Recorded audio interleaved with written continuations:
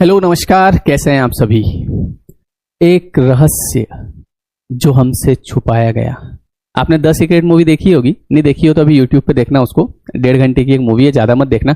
लेकिन जैसे आप वो मूवी शुरू होती है तो शुरुआती दौर में उसमें एक लेडी होती है और वो एक बैटरी लेके ऐसे अंधेरे में जाती है और वहां पे जाके ऐसी आवाज आती है कि एक रहस्य जो हमसे छुपाया गया है ना, और कुछ लोगों ने इसे दफन कर दिया था, लेकिन आज ये रहस्य उजागर होने जा रहा है और दुनिया के तमाम लोगों तक ये रहस्य पहुंच जाएगा, है ना। तो वो मूवी है द सीक्रेट।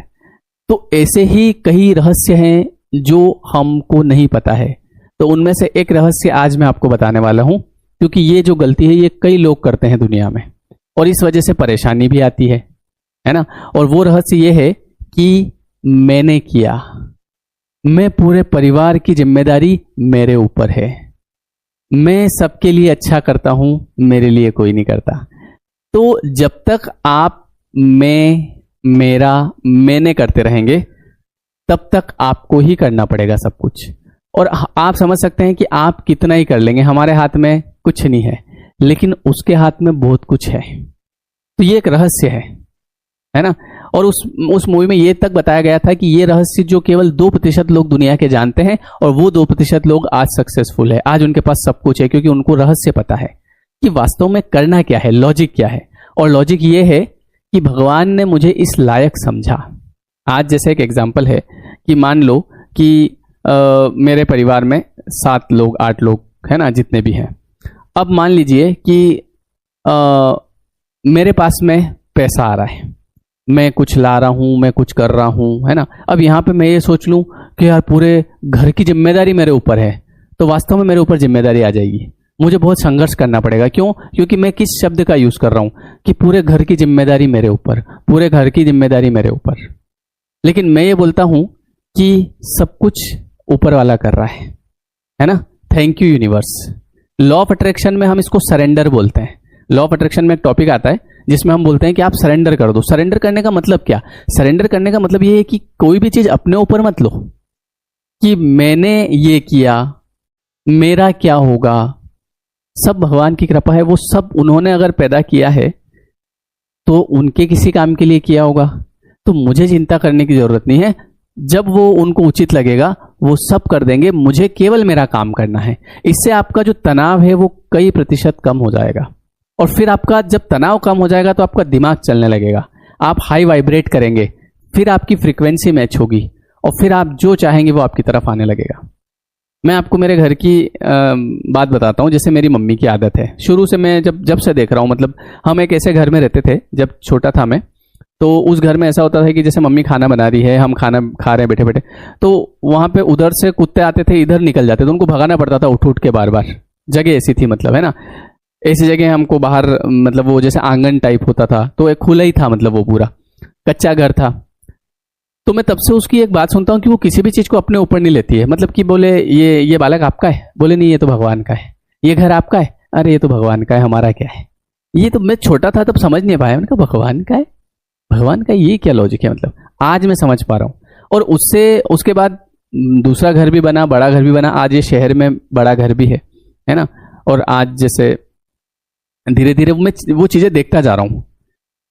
और कुछ लोग ऐसे भी हैं जिन्होंने, अरे सब कुछ मेरे ऊपर है, पूरे घर की जिम्मेदारी मेरे ऊपर है, क्या क्या करूं मैं, एक अकेला आदमी क्या क्या करे। आपको शब्दों में परिवर्तन लाना पड़ेगा। आपको यह कहना पड़ेगा कि यार मैं इतना खुश नसीब हूं, मैं इतना सौभाग्यशाली हूं कि भगवान ने इन सबकी सेवा करने का मौका मुझे दिया है। नहीं तो ऐसा मौका किसे मिलता है? वास्तव में नहीं मिलता है। सेवा करने का मौका हर किसी को नहीं मिलता है। मतलब आप अपने घर में अगर कमा रहे हैं और बाकी के 4 लोग हैं वो कुछ नहीं करते हैं, वो आपको ऐसा लग रहा है कुछ नहीं करते हैं, लेकिन बहुत कुछ करते हैं। आज एक एग्जांपल देख लो। जैसे अभी 2-3 दिन पहले मेरे पास एक की काउंसलिंग आई, तो वो एक लेडी थी, तो वो बोल रही कि सर मेरे जो हस्बैंड है वो मुझे हमेशा ये कहते हैं कि तू कुछ नहीं करती है, मैं देख कितना काम करता हूँ, तुझे कुछ नहीं आता, ये नहीं आता है। लेकिन वो व्यक्ति ये नहीं समझ रहा है कि उससे ज्यादा, मतलब देखो काम ऐसा नहीं होता है कि वो काम नहीं कर रही है। ये ऐसा नहीं है कि हम ऑफिस जा रहे हैं और वहां से पैसा ला रहे हैं। आपकी वाइफ का आपके घर में अगर कोई दूसरा व्यक्ति है, माता पिता हैं, बच्चे हैं, तो जब आप काम कर रहे होते हैं तो सभी के भाग्य का आप तक पहुंचाया जाता है। और आपको ये भी नहीं पता, या मुझे ये भी नहीं पता अभी मैं किसके भाग्य का मुझे मिल रहा है। जैसे अगर मेरे घर में 8 सदस्य हैं हम लोग, 8 में से 7 काम नहीं कर रहे हैं, मैं कर रहा हूं, और अगर मैं ये सोचूं कि मैं, तो भगवान कहेगा ऊपर से, वाह बेटा तू ही कर ले, है ना।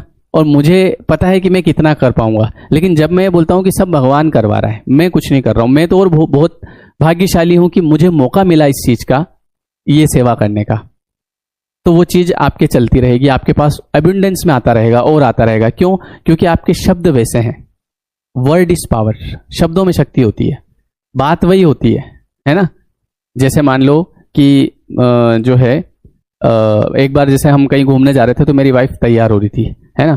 तो जो है मैंने उसे ऐसे, वो मूवी देखते हैं हम, तो मूवी में ऐसे बोलते हैं ना, कातिल लग रही हो, तो मैंने भी उसको मैंने कहा कातिल लग रही हो, तो उसने कहा कि क्या बनाऊं आपके लिए, चाय पोहे भजिए, तो बढ़िया उसने भजिए वजिए बनाया, चाय मस्त रहा। अब कातिल को अंग्रेजी में क्या बोलते हैं? कातिल जो कत्ल करता है, खून करता है ना, हत्या करता है, तो उसको हत्यारन भी बोलते हैं। ठीक है, तो अगले दिन मैंने फिर वो वर्ड भूल गया, मैंने कहा कल क्या कहा था यार, भजिए मिले थे, आज फिर मिलेंगे, तो मेरे को उसका पर्यायवाची याद आ गया, हत्यारन। मैंने कहा क्या हत्यारन लग रही है, तो उसको गुस्सा आ गया। तो बात कल मैंने कहा था कातिल, कातिल का मतलब जो कत्ल करता है, कत्ल मतलब हत्या, तो हत्यारन। तो कातिल में व्यक्ति बड़ा ऐसा हो जाता है, थैंक यू। किसी को आप बोलो ना कि यार क्या बात है, कातिल लग रहे हो, तो थैंक यू, और उसी को बोलो हत्यारन लग रहे हो, तो वो माथे आ जाएगा। शब्द तो वही है, लेकिन डिफरेंस, वाइब्रेशन में फर्क पड़ गया ना। वैसे ही जब हम ये बोलते हैं कि पूरे परिवार की जिम्मेदारी मेरे ऊपर है, और जब हम ये बोलते हैं कि भगवान आपका बहुत बहुत शुक्र है कि आपने मुझे चुना, डिफरेंस आ जाता है, और इस डिफरेंस से आपके जीवन में तरक्की होने लगती है। ये रहस्य होता है। इसलिए जब तक आप ये कहोगे मैंने किया मैंने किया मैंने किया, तब तक आप परेशान रहोगे, मुझे करना पड़ रहा है, मुझे बहुत मेहनत करनी पड़ती है, और आएगा भी कम आपके पास। जब आप कहेंगे कि मुझे चुना गया, कई बार लोग मुझे मैसेज करते हैं, सर आपकी वजह से मेरी जिंदगी बदल गई। अरे भैया मेरी वजह से नहीं बदली है, आपके ही किसी कर्म की वजह से, अच्छे कर्म की वजह से आप तक मेरी कोई बात पहुंची, मेरा कोई वीडियो पहुंचा, और उस बात की वजह से आपके जीवन में परिवर्तन आया। तो इसमें मेरा क्या रोल? मुझे तो चुना है ना इस बात के लिए कि यार देखिए ये व्यक्ति है, और इस व्यक्ति के अच्छे कर्म हैं, और अभी इसका जीवन खराब चल रहा है, तो अब इसके जीवन में चीजें ठीक होनी है। ठीक होनी है तो क्या करें? तो भैया वो श्याम उसको चुनो।